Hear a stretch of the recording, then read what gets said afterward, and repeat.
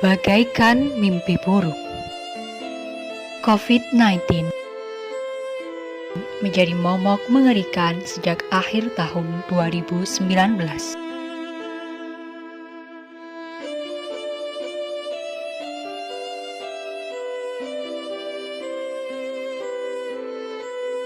COVID-19 adalah penyakit menular yang disebabkan oleh jenis coronavirus yang baru ditemukan.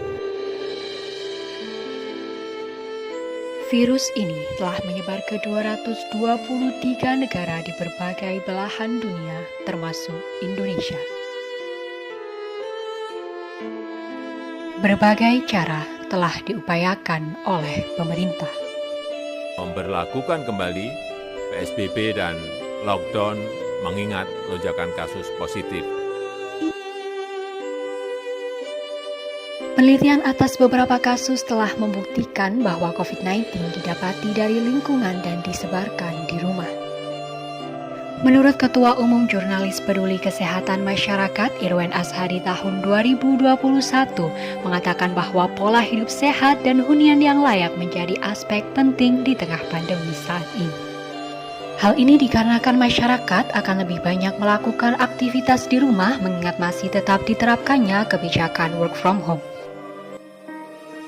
Maka dari itu, kami, tim PKM GFK Universitas Brawijaya, mengupayakan dua tujuan SDGs, yaitu memastikan kehidupan yang sehat dan mendukung kesejahteraan bagi semua untuk semua usia, dan membangun kota dan pemukiman yang inklusif, aman, tangguh, dan berkelanjutan. Kami menawarkan sebuah ide yang kami beri nama THRPP.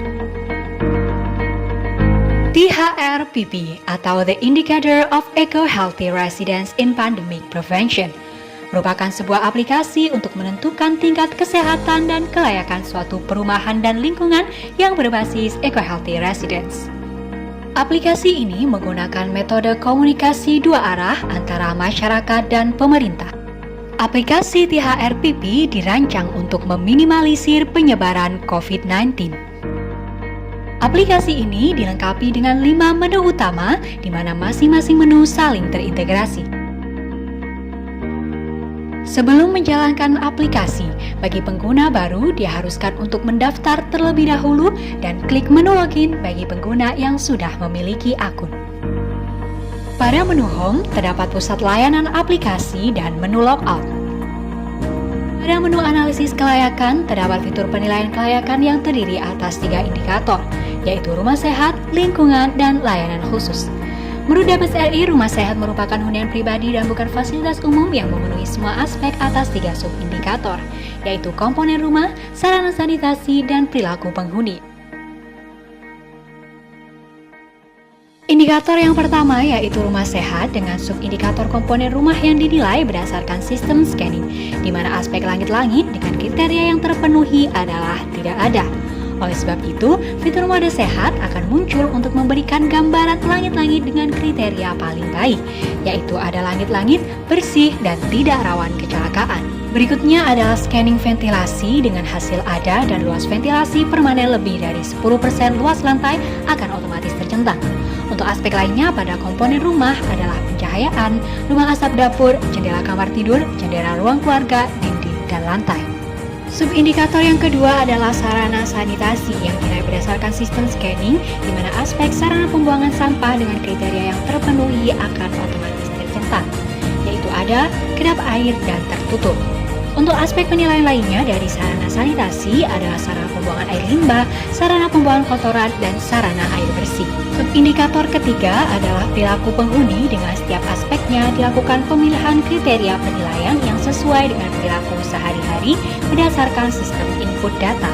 Indikator kedua adalah lingkungan yang dinilai berdasarkan sistem scanning, di mana aspek penilaian pertama adalah keberadaan tanaman di sekitar rumah.